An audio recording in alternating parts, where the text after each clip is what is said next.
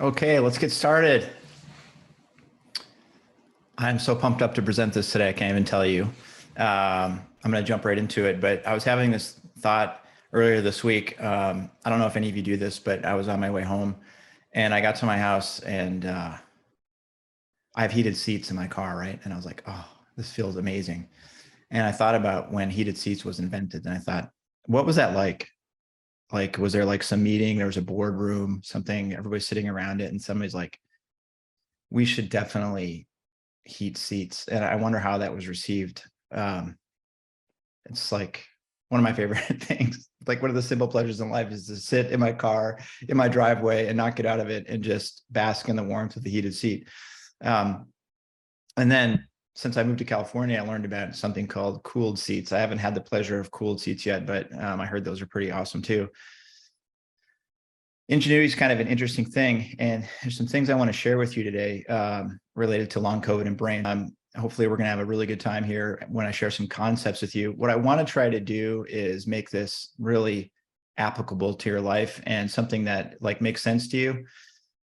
It's like, okay, look, first of all, people are tired of hearing about COVID. I understand, you know what I mean?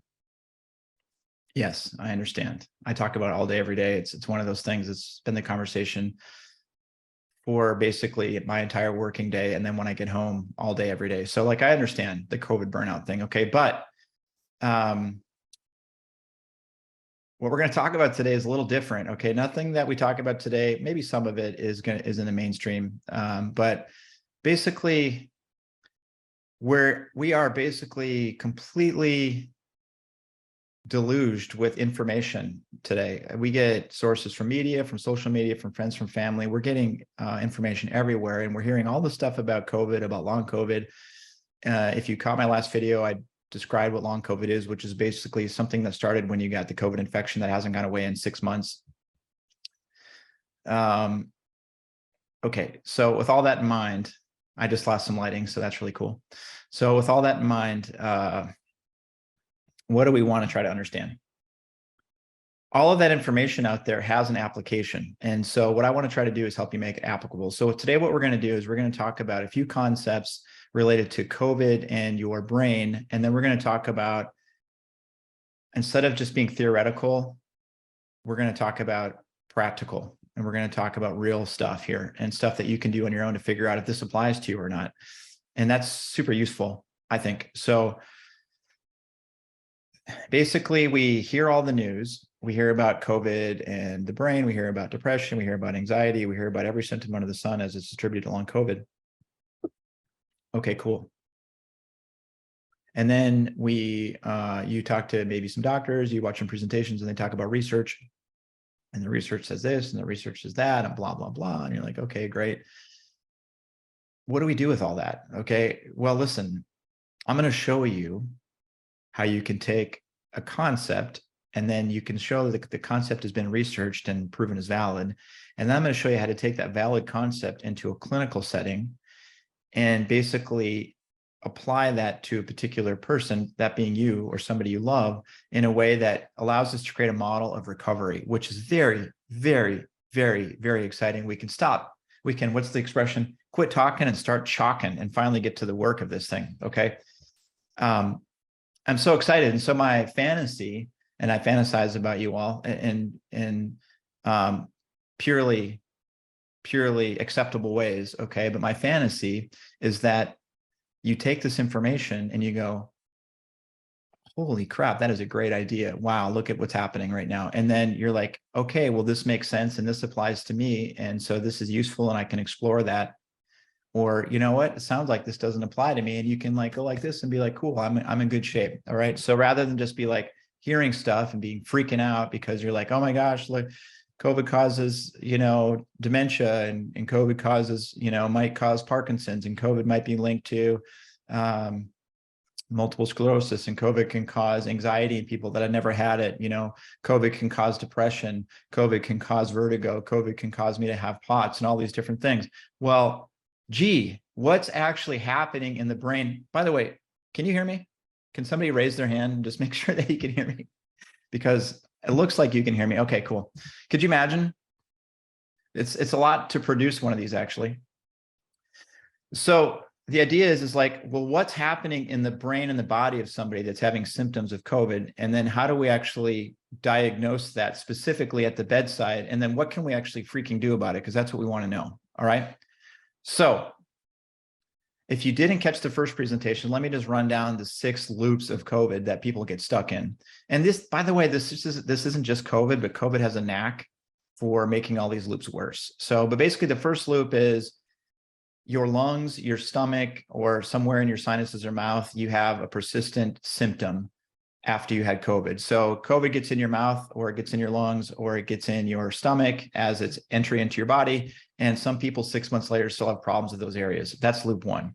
Okay, loop 2 is a massive histamine response. So basically, one of the things that an infection does is it causes a bunch of white blood cells in the area called mast cells, and they dump histamine. And people that have histamine problems or issues clearing histamine really don't do well with that. So they get stuck in that loop, which leads to the next loop. The next loop is neurogenic inflammation. So now listen, version of you can put your hand down. It's cool. All right. So listen, how many of you have heard of neurogenic inflammation other than from me? Anybody? Can you raise your hand? Anybody that you've heard of neurogenic inflammation? Okay. So listen to me. I have something to say, and I have to say this. It's going to be, I don't know how long, but neurogenic inflammation is going to be all over. Okay, you're going to be hearing about neurogenic inflammation at some point. I believe that medicine will finally catch on, and neurogenic inflammation is a huge, huge, huge concept, and we're going to get into that tonight. And then I'm going to show you, how do you know if you have neurogenic inflammation? Like, no. Like, really, how do you know? Like, what are some body movements you can do right here while we talk that can tell us if you have neurogenic inflammation or not? The next thing we're going to get into is something called POTS, postural orthostatic tachycardia syndrome. Basically, that is one of the loops that people get stuck in COVID. So loop 3 is neurogenic inflammation. Loop 4 is POTS and what's called stress chemistry. And that's what we're going to focus on today. And we're going to kind of open a door into how those loops can cause the other loops to manifest. But more importantly, I really just want to get into some of the research around these things. And then I want to get into some of the bedside things or things you can do on your own to know if they apply to you or not. Talk about some of the history findings that apply to you. Talk about some of the diagnostics that we can run to let you know if they apply to you. And then hopefully at the end, if we have time, I'm going to get into cases. But listen, if I don't have time, I'm not going to get into the cases, but what I'm going to do is I'm going to create a separate video where I do just cases. There's 4 or 5 cases that I put together for today. Those cases are pretty cool. They're all long COVID, except for me. I'm one of the cases. By the way, I was so pumped up about my last COVID webinar that I did that you all attended that I ended up getting COVID that weekend for the first time. So that was pretty cool. And I have to tell you, COVID for me was like, well, if you ever, I don't know what it's like exactly, but I imagine what it's like to be dropped out of an airplane without a parachute and then wake up not dead. That's kind of what it felt like for like one day. It was one of the worst experiences I've ever had. And I did do Paxlovid, and I did, and then when I could finally get out of bed, I did do a bunch of supplements, and those supplements made a huge difference in terms of my headache and my quality of life. The next module in February, I'm going to get into the supplement and lab finding stuff. Tomorrow morning, actually, I'm doing my labs. I'm about 6 weeks out. So now is a good time to really look at what my labs are saying to make sure that I don't end up in long COVID in some sort of weird chemistry issue. So I'll share that with you next time. But I'm also going to share in the cases either today or in that separate video, what my brain looked like pre-COVID, what it looked like post-COVID, and then what it looked like after I did neuro rehab on myself, which was kind of handy.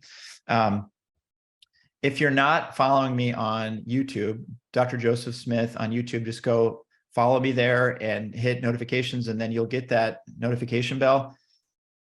Oh, that feels so cliche to say that. Okay, but that's where it is. I got to tell you, people are really not liking a lot of emails. So most of you got an email saying that this event was going live tonight. Some of you like the newsletter. Some of you are like, do I get another newsletter?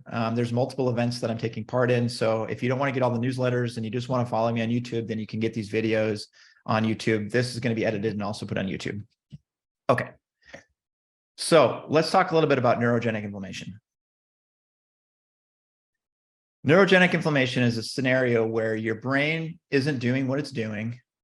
Okay.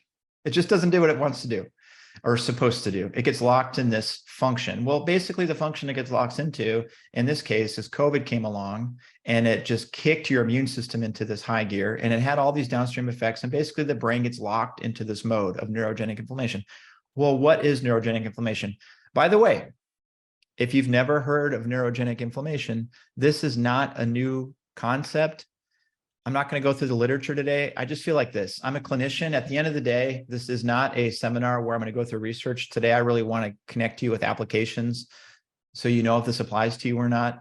But basically, just go to PubMed. This is where research lives, and then type in neurogenic inflammation. There it is. Okay, listen, cannabinoid-controlled neurogenic inflammation, right? So like the multi-level marketing person with, cannabinoids, they're going to be excited about this webinar, and they might share how that's going to help you with that. Just be aware that the concept is this that I want to share with you.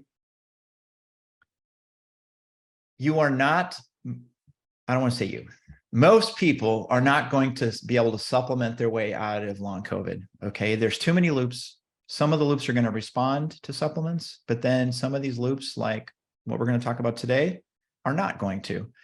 And here's something that happened to me in practice. I got really good at supplements, like really good, and actually teach how to diagnose need for supplements based on labs. I teach this all over the world for a company called Apex Energetics and on my own in my spare time. It's just something I love to do. And I love supplements. Believe me, you should come to my house someday and see all of the supplements in my pantry. It's amazing. I don't have any grain in there. I just have a bunch of supplements. It's beautiful. I love supplements. Okay. But if you have this vicious loop, so back to neurogenic inflammation, the brain is not doing its thing. Now, how do we know if the brain isn't doing its thing? Well, if you have symptoms of like a bunch of histamine symptoms like allergies, that's one. Okay. But basically, what happens in neurogenic inflammation is the brain doesn't do what it's supposed to do. Then it tells every nerve in your body to freak out. That's the best way to describe it. So the brain stops working, or it starts working a certain way. And then it tells every peripheral nerve, which terminates in your skin and all of your organs, to do something specific. And it releases 3 substances. CGRP. Now, what is that? That is a chemical that's linked directly to migraine. Okay, so it's like, well, no kidding, the brain isn't working. I have migraine. Thanks for the news flash, Dr. Joe. But there's more. Okay, it causes fluid retention. So like, women that are like gaining or losing like 5 to 10 pounds during their cycle, different parts of their cycle, probably are having some immune activation of CGRP. They may have migraines as well, right? That's very commonly known that migraines are associated with hormone fluctuations. But really, why does a hormone fluctuation cause a migraine? Well, it's influence on mast cells, histamine, and the release of something called CGRP as a result of the brain not integrating with the peripheral nerves from something called neurogenic inflammation. I mean, it's all right there. You don't need a map. Okay. So the second thing that the nerves release when there's neurogenic inflammation, which again, basically means when the brain doesn't work, your whole body is inflamed. No big whoop. Okay. So like conceptually, it's like, well, okay, what do I do with that? We're going to get to that. Okay. The second thing that happens when the brain tells the nerve terminals to release substances, the second thing besides CGRP is something called substance P. I always want to see C-peptide, which is like this insulin thing, but substance P. And what does substance P do? It makes you hurt pretty much everywhere. It sensitizes what are called C fibers to activate. The action potential happens and then you hurt. Okay. The next thing that causes, it gets released at the terminal is something called VIP. Now, VIP causes your bone marrow to release something called ILC2. I don't want to get too technical, but basically, one of the loops in long COVID, which was like, and blooming out of an old infection. What happens is when VIP gets released enough, the bone marrow starts making these cells called myeloid-derived suppressor cells. And then they secrete all these chemicals that suppress your immune system, including your natural killer cells, which is something that's very important if you don't want cancer. Now, what percentage of people in the United States get cancer? A pretty large percentage. Okay, what percentage of the US population has pain? That's substance P. Is there an opioid crisis happening in this country? Does the aspirin industry and the Advil industry and Aleve industry, do they have a pretty good business going, pretty good business model? Like, so many people hurt. So many people get cancer. So many people have migraines that take Imitrex for migraines.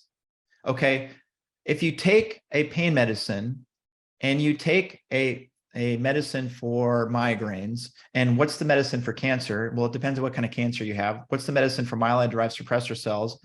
Really beyond the scope of today, there isn't one specific one.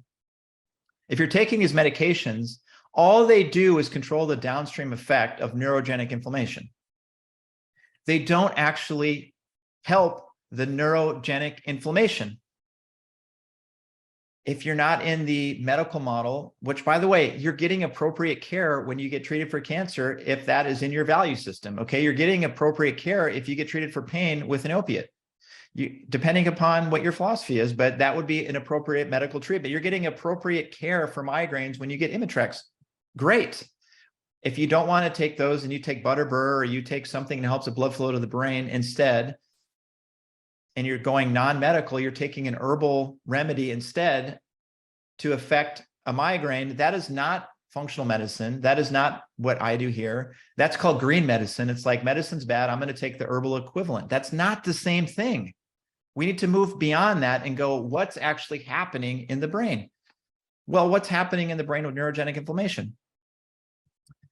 There is a decreased frequency of firing of networks in the brain that basically interface with a part of the brain called the hypothalamus. When the hypothalamus is not integrating properly, or it's integrating a certain way, there's a net increase in something called sympathetic tone. And that sympathetic tone creates a constellation of downstream effects, including the activation of these peripheral nerves, which can just look like really red or itchy skin. And the secondary effect, besides those three things, is mast cell activation syndrome. Well, how many people are doing drugs for mast cell activation? And those drugs are amazingly powerful and they do amazing things, but they don't necessarily by themselves reset the mechanisms that are driving neurogenic inflammation. So let's talk about neurogenic inflammation a little bit more. I did this presentation for a group that is involved with ICEA, okay? And basically the SEA stands for environmental acquired illness, okay? And so why would I be doing a seminar for environmental acquired illness if I'm a brain guy? Well, because like a lot of people with chemical sensitivities actually have,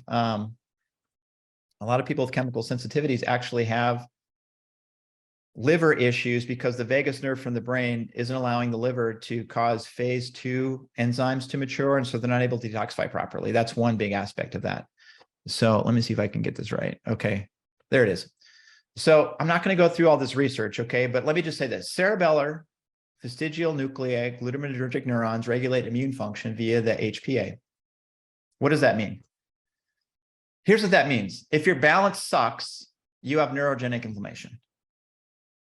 Okay, that's what that means. Look at this one. Modulation of immune function by glutamatergic neurons in the cerebellar interpause nucleus via hypothalamic, pituitary, and sympathetic pathways. It's the same thing. It's just a different part of the cerebellum.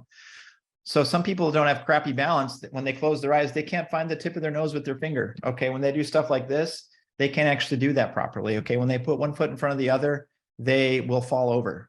Okay, so everybody do this. Okay, now listen, don't fall and hit your head. Okay, but just bear with me. How do you know if you have neurogenic inflammation besides talking to me? Here's a quick bedside test for that. These are some classic symptoms that a person might have. This is like one of my intake form sections. This is a classic that was filled out by one of my patients recently. These are classic GABAergic symptoms suggesting there's some chemistry issues in the cerebellum. And when the cerebellum isn't working, that's basically what I'm talking about when I talk about, let me actually share the right thing. How about that? These are the symptoms, okay? I'll let you look at those real quick. But if you score 2 and 3 on a bunch of these, you basically have a GABA problem. If you have a GABA problem, you have a cerebellar problem. If you have a cerebellar problem, that's speaking to the vestigial and the interposed nucleus in the last research. So here we go. I have a lot to talk about today. Okay, so I have to talk kind of fast, but imagine this. You get long COVID, and then suddenly after long COVID, like you're reacting to every food under the sun, your allergies have kicked up, you're tired all the time, you have brain fog, you have like dizziness and vertigo, and you stand up and your heart beats like crazy. And it's like, okay, what am I going to do about this? I'm going to go see somebody that knows a little bit about neurology because I have all these neurological symptoms. Okay. We do some forms with you, and your forms, you check 2 out of 3 or 3 out of 3, and over half of the symptoms related to GABA. Okay. So now we have a history. Now we have a screening. Okay. And then I'll run diagnostics. And those diagnostics include things like goggles assessment. So like the picture for this webinar was me putting on a set of goggles and doing my own diagnostics on myself, basically evaluating how my brain was doing. And I'm going to go through that either later today or as part of another video. But where do all of the numbers that's on the software that track the eye movement in those goggles actually come from? Well, they come from research, okay? So why do I freaking care about how fast your eyes move from side to side and how accurate your eye movements are and how long it takes for you to respond to a dot moving on a screen? Like, what does that have anything to do with what's going on with neurogenic inflammation? Well, if you have neurogenic inflammation, you're having all the symptoms of it, and you have forms that suggest that you have problems in that circuit. And then we have research that tells us that when certain networks are not working, they actually cause neurogenic inflammation. Okay, cool. So what you're saying is these symptoms aren't coming from nowhere. These symptoms are exacerbated or in some cases caused by long COVID or the vaccine for COVID. And you can screen for that with a questionnaire, and then you can actually objectively get the data for what's actually happening in the brain causing the neuroinflammation by doing diagnostics at the bedside. And the answer is yes. I'm going to quickly show you some of the diagnostics. But before I do that, all right, everybody, go ahead and stand. I'm not going to stand because I don't want to adjust my camera position. Okay. Go ahead and stand. If you would, I want you to just take a look around. Please do not fall. Okay. If you fall, then do not hit something with your head. Okay. But here's the deal. Just put your feet together, cross your arms, close your eyes, and do you drift? Which way do you drift? Okay. If you drift and you do something like this and you fall, that's a positive Romberg's test. You have, congratulations, you have a vestigial nucleus issue more than likely. And that's the cause of your neurogenic inflammation. Okay. Now, put one foot in front of the other one. You all have done this test with me in my office. Put one foot in front of the other one. Have your heel touch your toe. Cross your arms. Close your eyes. If you can hold that for 10 seconds, that's the bare minimum without stepping out and falling over. Okay. Now try the other side. I'll wait.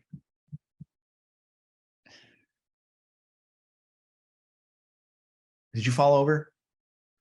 Okay, listen, what happens when we age? We lose our balance. What happens when we age? We lose our memory. Okay, those two things are actually linked together through this network. But did you know that when it doesn't work, it's not only that, it causes neurogenic inflammation. Listen, how many people take allergy medicine? How many people have cancer? How many people take over-the-counter medications? How many people go to the doctor because they hurt so bad and nothing is working? How many people have migraines? How many people retain mad amounts of fluid during their period or different times of their cycle? If you are a fatalistic person and you're like some people I know in my family and you're like, gotta die some way, okay, this webinar is not for you, okay? But if you like understanding what's happening and you want to be proactive and do something about it, then you're like, holy crap, we're having a heated seats moment, because here's what happens. How many of you have had the experience? Hopefully some of you have. In fact, the cases that I'm presenting, I know that some of you have, where I do something with you and I know that you're not coming in with a, Dr. Joe, when I put my left foot in front of my right foot, I fall over. It's like totally debilitating. Nobody says that. Nobody gives a crap about that, okay? But for me, when I see that, okay, what does that mean? That means, and you never hang your hat on one exam finding, that means that this person may have a failure to modulate their immune function, which, by the way, what is one of the loops of long COVID? There's a quiz. One of the loops is autoimmunity, new autoimmunity, flaring of old autoimmunity. What's one of the other loops? Chronic infection. Your Epstein-Barr comes back. Your Candida comes back. Your sinus infection that you always have comes back. Chronic ear infections. Asking for a friend.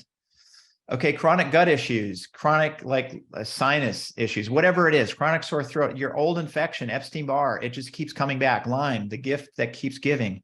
Okay, how many people have been treated for Lyme? So many IVs. Okay, and by the way, if you have acute Lyme, amazing. Okay, sometimes if you have chronic Lyme, amazing. But like mostly what it means is that your immune system is not staying on track and keeping on top of it. But why is that? Is this a consequence of neuroinflammation for this person? Well, if you just failed that particular test, then the answer might be yes. Another cool test to do would be to put your arms out like this. Now, listen, I don't want to show off or anything, but watch how fast my hands move. You see how they're equal? Okay, do that as fast as you can. So upside down, right side up, upside down, right side up. This is called dystatical kinesia. Go as fast as you can. If one side's like burning out on you, then you may have neurogenic inflammation. Okay, you could also do it like this, little T-Rex hands. And you go as fast as you can. See, I'm a little slower on the right now. Okay, actually on the left, it's backwards. A little slower on the left. That's my left cerebellum. I need to deal with that so that I don't get neurogenic inflammation from that. Now, listen, if you have a family history of cancer and you have neurogenic inflammation, wouldn't it be cool to take that probability off the table? Look, you can't prove prevention, but wouldn't it be cool? And by the way, you just have a better brain. And can you believe they've done research on this? Okay, but if your brain works better when you're older, your quality of life is better. If your brain works better today when you're not older, your quality of life is better. Okay, so like, let's move out of this like reactive model and like do something about it. Okay, now, those are some bedside tests that you can do to look at the fastigial nucleus. Okay, but if we're talking about the interposited nucleus, which is this guy right here, okay, make sure I'm sharing the right thing because my share screen disappeared. The interposited nucleus. Okay, that has to do with like hip function and knee function. Okay, so if you have chronic hip issues, you have chronic knee issues, you have chronic shoulder issues, you have chronic elbow issues, you have chronic golfer's elbow or tennis elbow or your runner's knee, or you have like a sore shoulder that gets better when you get up and move, okay? Or you've had shoulder surgery and you don't know why, okay? You just had a shoulder injury that just kept happening, or you have like shoulders that are high all the time. Okay, these are some indications that you have something going on with your interposited nucleus and in the cerebellum, and you could be having neurogenic inflammation from that. So did you ever know that like when I look at posture and I see, for example, that when somebody stands, one shoulder's higher than the other, or one elbow's bent a little bit more. So just stand for a second. Everybody just stand up again. You're like, oh my God, I'm not going to stand up. Okay, but just bear with me since I can't watch you. At a seminar, actually, people might actually stand up, which is cool. So just stand, okay? And just let your arms hang at your side and then look at your arms, okay? Is one arm bent more than the other? Is one hand turned in like this instead of like at your side like this? Okay, that side, there may be a cerebellar interposited nucleus issue. Okay, this is checking the shoulder. This is checking the elbow and wrist. Okay, that's looking at the cerebellar interposited nucleus. Isn't that cool? So here's the cool part. If we do something and you no longer have this exam finding and you do something, you no longer fall over and your eyes are closed, we've successfully managed that aspect of neurogenic inflammation. which means we successfully managed CGRP. We successfully managed C-peptide, which is why I do something weird with your like eyes or something, or I turn your head and all of a sudden like your back doesn't hurt anymore. Instead of doing an adjustment, it's because we've fixed this neurogenic inflammation. Okay, but the question that I have for you, because people are like, what? You can do that? You can help a person reduce their cancer risk? You can help them reduce their dependency on pain medication? Well, yeah, obviously, right? That's why people often used to present to the chiropractor initially just for like pain treatment, but we can go a step beyond treating the pain and we can go getting to the root cause of the actual problem, which for many people is neurogenic inflammation. Okay.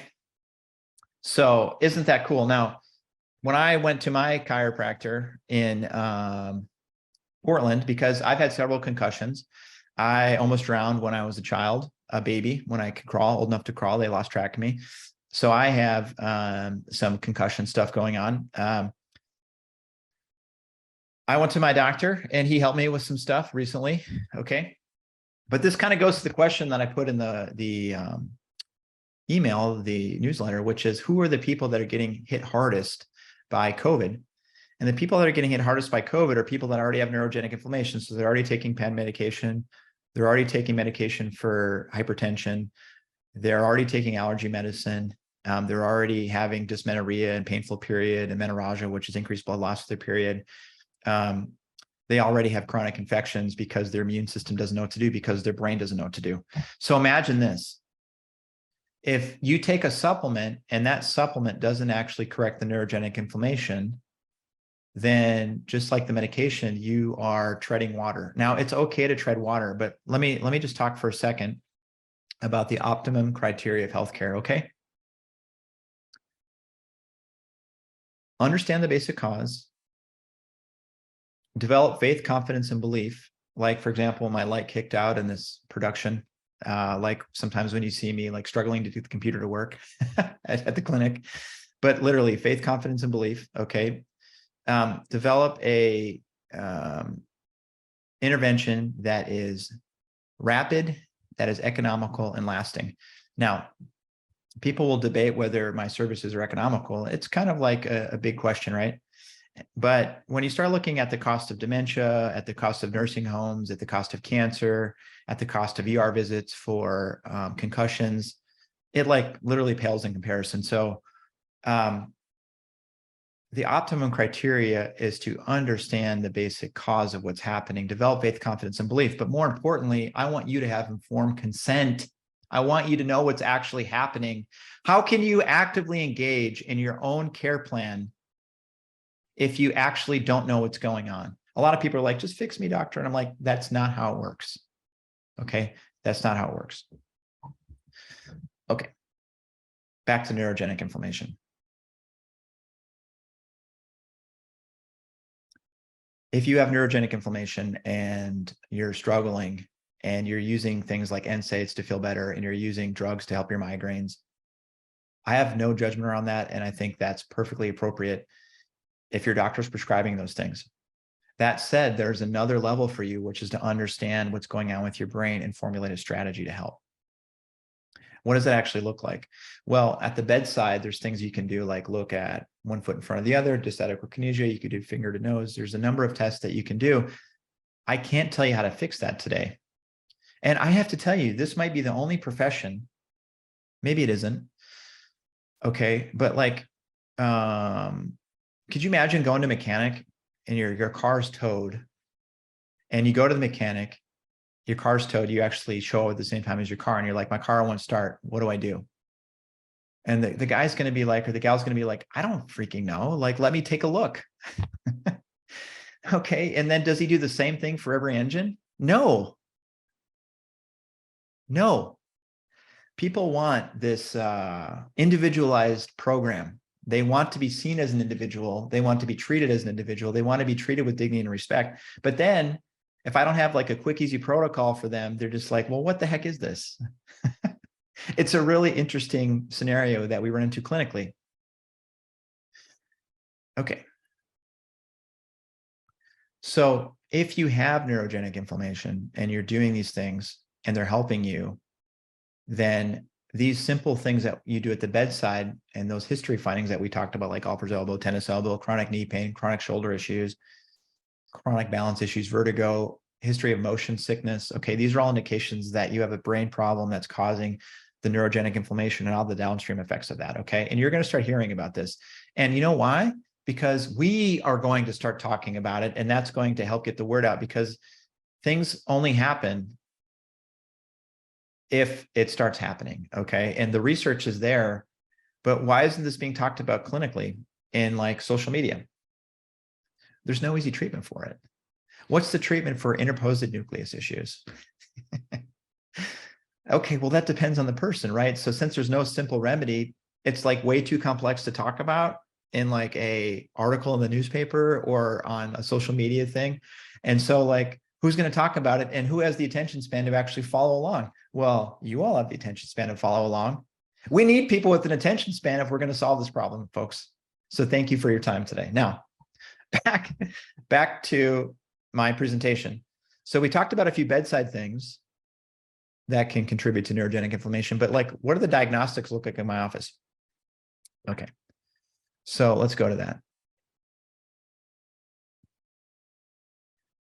Okay, so there's a tilt table to win it. We're going to talk about that when we talk about POTS. Okay, so now I can put these goggles on you. Okay, and these goggles like look at your eye movements. Okay, and why do I care about that? Let me just not jump ahead too much. Okay, so what does the research say about like eye movements? Okay.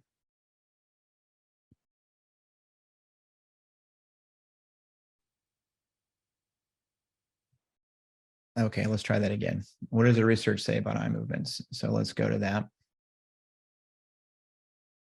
Okay. So saccades and like, for example, stress chemistry, which would be anxiety. Okay. Everybody's getting anxiety from COVID. By the way, anxiety is probably the #1 thing that changes quickly in my office. Okay. And I'm going to go through that in all the cases, but like literally 1 or 2 days and people have 80–90% reduction in their anxiety. It's not unusual in my office. Wouldn't that be cool? Okay. One of the most common things that I hear in my office, I went to the doctor, they couldn't figure out what it was, they sent me to psychiatry. Okay, go to psychiatry, get your medication for that. Okay, but that's not going to solve the neurogenic inflammation. Of course, they know that, but that model, they're trying to help and they want you to not feel so anxious, but it's not in your head. There's a biological reason for this. Okay, here's all the research on saccades and anxiety. Okay, it's there. I'm not going to go through research with you, but here's where research lives. Have at it. Okay, but here's a couple of cool papers on eye movements indicating depression, which is another outcome of COVID-19. Let's just skip to the end. Implications. The present study uses the fixation stability task, the saccade task, and free view task, found that patients with depressive disorder have abnormalities in their eye movements. These tracking tests examine cognitive function, psychomotor function, reaction, movement, inhibition function. Okay, so what does it say? Cognitive function, memory issues, planning, executive function, later in life, dementia, Alzheimer's, frontotemporal dementia, okay? If you have memory issues now and they don't get better, they only get worse, okay? Psychomotor function, this is basically anxiety and limbic disorders, which is like emotional regulation, attention deficit issues, impulsivity. This could be insomnia. This could be saying things you don't mean, okay? Reaction, movement, inhibition function. This is basically tremor or some sort of movement disorder, and can also evaluate the visual exploration ability, spatial working memory, and emotional reaction inhibition ability. Okay, so basically they're saying this: eye movements, if they're measured, actually relate to all these different functions. So when I put these goggles on you and I see something weird happening, and what does something weird happening look like? Some of you have seen this, okay, but like this individual, that looks pretty good. Okay, when they do their saccades, they're actually should be close to 100. Okay, but this person here, okay, when they look to their left, excuse me, when they look up, they're only at 87. That should be 100. So when they look up quickly, looking to the heavens, they cannot hit the target. That is one of those eye movement things that are related to dementia later in life, that are related to memory issues right now, that are related to limbic regulation right now, that are related to neurogenic inflammation. By the way, a quick aside, there's something called allostasis. The frontal lobes regulate allostasis. What does that mean? That means that the part of your brain that brings everything back to homeostasis, which is basically hunky-dory, like, hey, this is where I was, I got sick, and then I went back to where I was before I got sick. Getting back to where you were is called homeostasis. And the way we get to homeostasis is something called allostasis. Allostasis is a measurement of the frontal lobes. Now, isn't it interesting that one of the first symptoms of long COVID, or not long COVID, of COVID, or a lot of infections, is viruses will take out your sense of smell? And I thought, well, what is the freaking point of that? Imagine how long viruses and biological organisms called humans, and before we were humans, were going at it back and forth, like a battle royale.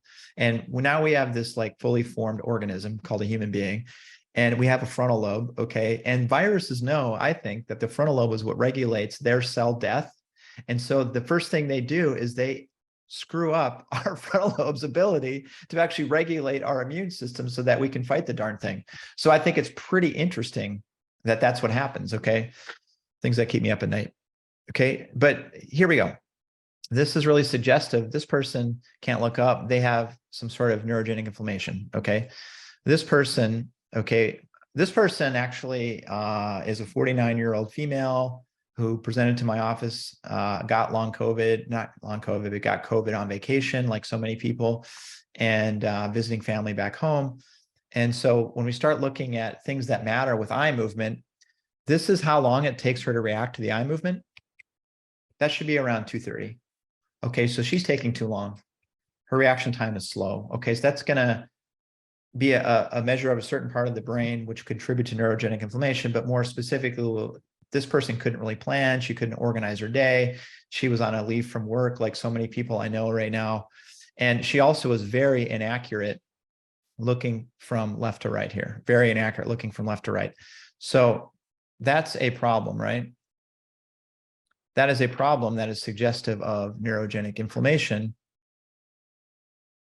Now, we're going to talk about her later on next month. We're going to talk about high cortisol. We're going to talk about lab findings. We're going to talk about chronic infection. And that's what I mean by, if you have these loops and you have neurogenic inflammation, you are out of the supplement model, okay?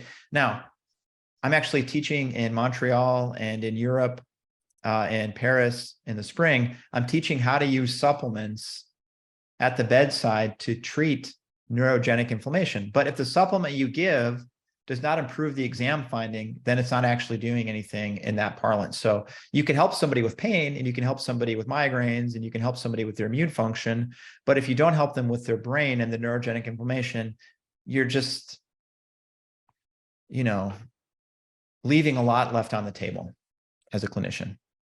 Okay, so what's happening here is I put goggles on them. There's little cameras, and the cameras are looking at their eye movements and is saying, how fast do they react to a dot moving left to right? And then how accurate are they? So this person has neurogenic inflammation, okay? Now, if we look at me for a quick second, okay? And so maybe some of you have done this in my office. If you're not my patients, I'll sit you in front of a computer and there's these like green and black stripes that go side to side. It's called optokinetic barrage. And your eyes should kind of move like this. Okay, they kind of go doot, doot, doot, doot. It's like if you watch somebody and a bus goes by them and their eyes kind of do this thing, or they're like in a merry-go-round and your eyes are doing this. That's a normal response. It's called an optokinetic reflex.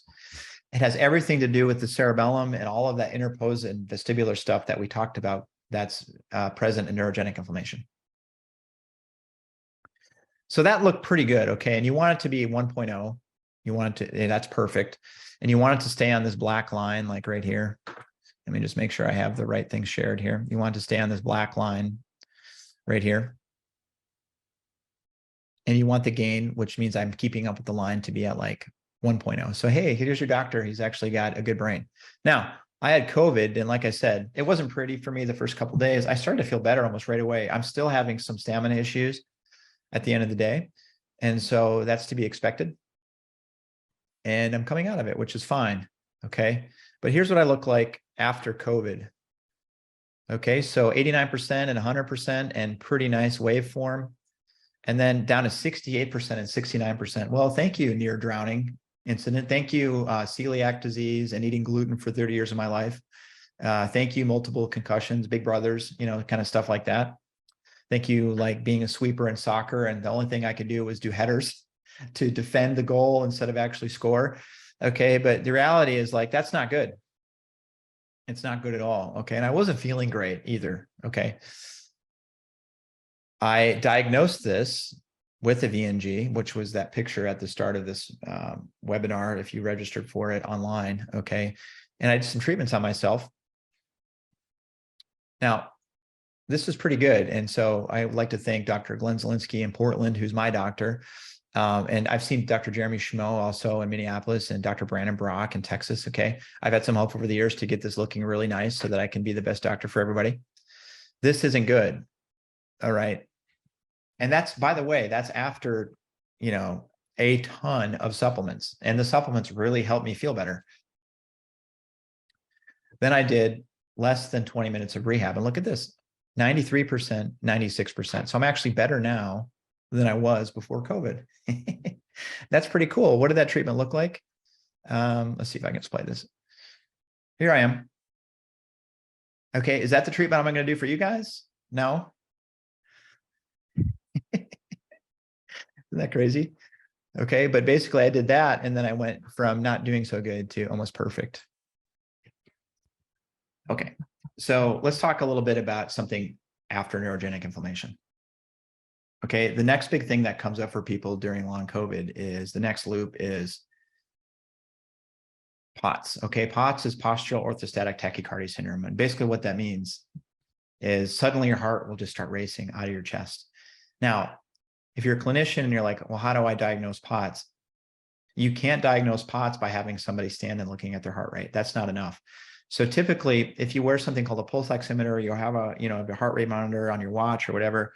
When you stand, if your heart rate goes up more than 30 beats at any time, that's some evidence of POTS. Now, there's different categories of POTS. Postural, meaning where you're sitting or standing. Orthostatic, meaning change in position. Tachycardia, meaning heart rate. Syndrome, meaning it's acquired. It's not a disease process. It's a functional issue. POTS is going to be the new SIBO. You just wait. And by the way, who's talking about POTS? Well, it's out there. People are talking about it now. But look, COVID and POTS, like literally, like how many articles? What do we got here?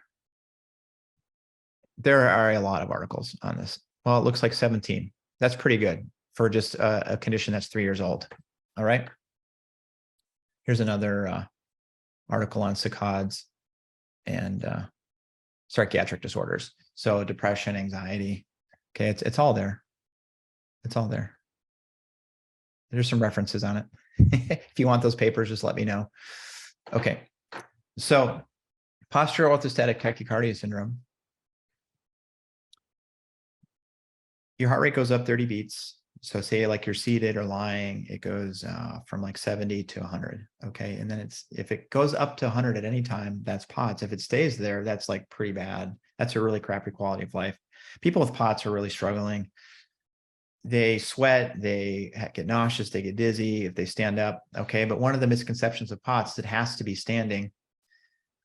Eating a big meal can cause tachycardia. Being in a warm room can cause tachycardia. Just overheating, exerting yourself can cause tachycardia, or perception of stress. So if you have like a conversation that's particularly difficult with somebody, that can cause tachycardia.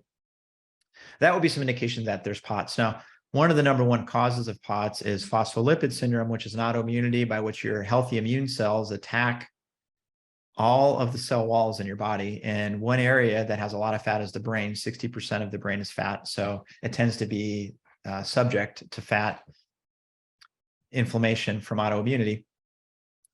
And so some people with POTS, I'm not going to be able to help them with like bedside stuff, okay, because they're so inflamed from autoimmunity.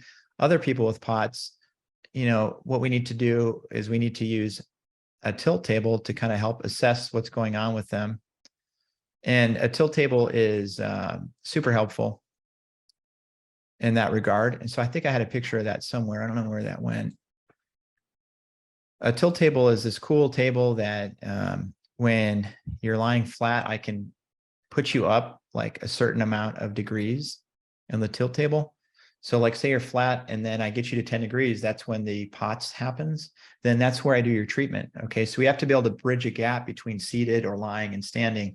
And that's how we do that. Okay. I'm just going to share it this way. So let me open this. This was a recent patient that I had with POTS that came into my office, 19-year-old girl in town from, visiting family. And okay, so there she is on the tilt table. Okay, tilt table to win it. I don't know if I shared screen or not. Let me try that again. So here we go. There she is on the tilt table. So imagine like if you're lying flat and then you're fine and then you stand and your heart rate goes crazy. You can't just like treat them standing and you can't treat them seated. You need to figure out what angle is the problem and then recalibrate them. So this table can be extremely useful. This is one of the diagnostic measurements I have.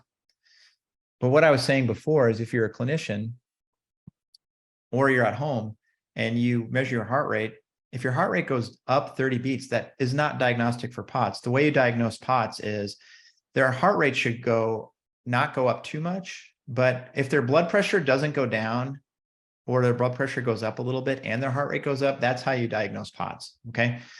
What should happen when you stand is your heart rate and your blood pressure should go up a little bit. It makes sense, right? Your body's like, hey, listen, I need to get up and move. So in order to do that, I need to increase blood pressure to get into all my limbs so I can walk and run and stuff and swing my arms. And then I need to fight gravity. I need blood in my brain. So I'm going to increase my blood pressure and heart rate just a little bit because I'm going to need it. So when you stand, that's what should happen. It shouldn't go up 30 beats. But if a person stands and their heart rate drops, their heart rate goes up, but their blood pressure drops, that's not POTS. That's called orthostatic hypotension. And that's cerebral hyperperfusion.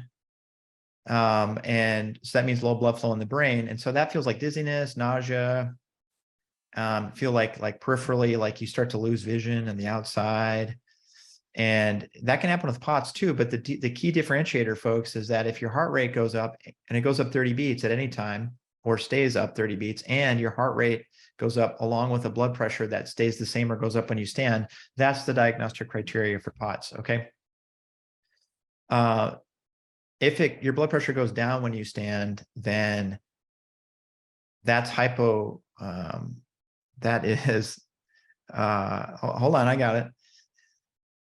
That is orthostatic hypotension, which means your blood pressure just drops when you stand. And by the way, when your blood pressure drops, it's totally appropriate for your heart to freak out. Okay. So if you've been diagnosed with POTS and you don't have POTS, you have orthostatic hypotension and they treat you for POTS, then it's like, why? That's not what you have. Okay. That'd be like treating somebody for a viral infection with antibiotics and they have a bacterial infection, or treating somebody with antifungal and they have a bacterial infection. It's like, what's the point?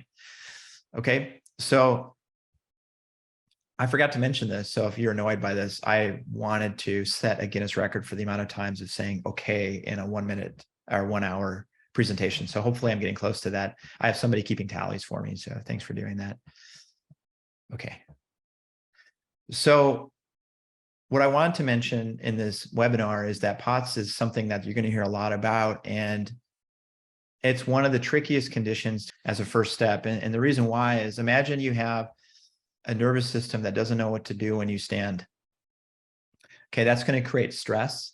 That stress is going to cause stress chemistry, which is going to inhibit your immune system or polarize it into autoimmunity or inhibit into chronic infection, which is, again, loops 5 and 6 of the COVID, 6 loops of COVID. So you can see that if you have a neurological issue, and all you do is supplements for the infection, or all you do is like antihistamines for the mast cell issue, or all you do is probiotics for the gut issue, or all you do is antimicrobials for the sinus issue, or antibiotics, and you don't get to the neurogenic issue, or it doesn't solve the neurogenic issue, which, by the way, sometimes people have neurogenic inflammation secondary to these other issues, then there's going to be a piece of recovery left on the table. And the longer there's inflammation, the more DNA damage there is, the more shortening of telomeres there is, and the more rapid your aging is, the more your medical expenses go up, the more time you likely will spend in a nursing home in this country. And, you know, that's not necessarily something I want you all to be running towards. Okay. So that's just a little bit about neurogenic inflammation. That's a little bit about POTS. I will do cases on a subsequent video. I'll dive a little bit more into those cases that I showed you. I showed you a little bit about how we can use history finding. We can connect history and diagnostics to research. And that research tells us that these particular neurological findings are linked to specific conditions. And what follows is, if those neurological findings are no longer present, often the specific conditions also go away. So that's why people, when they're doing intensives with me, their anxiety's gone. Okay, that's why their vertigo goes away. That's why their histamine issues can start to reduce, is because we stimulate the brain properly, and then that whole neurogenic inflammation thing is diminished as much as possible. So that's a little bit about neurogenic inflammation. That's a little bit about POTS. Let's see if I can take any questions now. So let's see here. Let me go to the Q&A. Okay. So I'm going to open that. Oh. Let's take a look at the questions.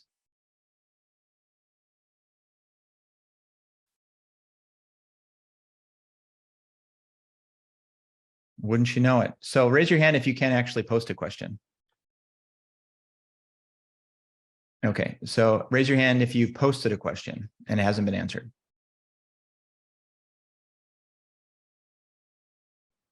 Okay, I'm not seeing any raised hands.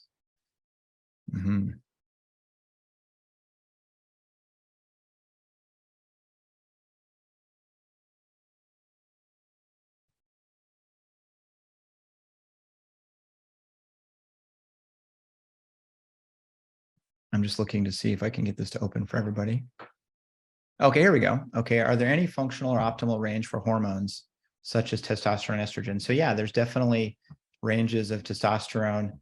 So when you look at a lab test, basically, this is kind of a non sequitur, but there is a neuroendocrine aspect to neurogenic inflammation. So basically, when you look at hormones, there is lab ranges, and then there's functional ranges, which is like the sweet spot. So the easy answer to that is yes, there are optimal ranges, but certainly if you see somebody outside of lab ranges, there's an issue there. What do you think drives severe fatigue post-COVID? Well, generally what drives severe fatigue post-COVID is one of these 6 loops is like raging, and the net effect of that is inflammation. And then that inflammation leads to inability of the mitochondria to efficiently make energy, or to overly produce energy. And that creates like oxidative stress. That oxidative stress is really what makes us super, super, super tired. And oxidative stress will irritate glial cells in the brain, which are immune cells, which is a whole nother ball of wax. I'm glad you asked that, because the second group of people that get hammered with COVID, the first group are people with neurogenic inflammation. So they have like migraines, allergy stuff, pain, and like chronic infections. The second group are people that have a history of concussion, like myself, who had permanent alterations of their brain immunochemistry. And then that immunochemistry, that old concussion, essentially got reactivated from the inflammation from COVID. So basically what causes fatigue from COVID is a severe inflammation, which is immune modulated inflammation that affects the mitochondria. That's what causes it. Yes, I can see this. Danielle, I can see it. Okay, do you all have any other questions for me? I can't believe I stayed pretty much on time. I'll just wait a second. Sometimes it takes a second for them to come through. Bueller.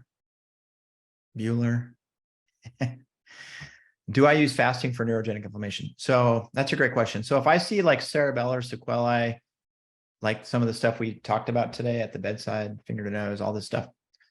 And I look at their intake forms, and they have a lot of symptoms of blood sugar disturbance or dysglycemia. So like, for example, they eat a meal and they're really tired after they eat.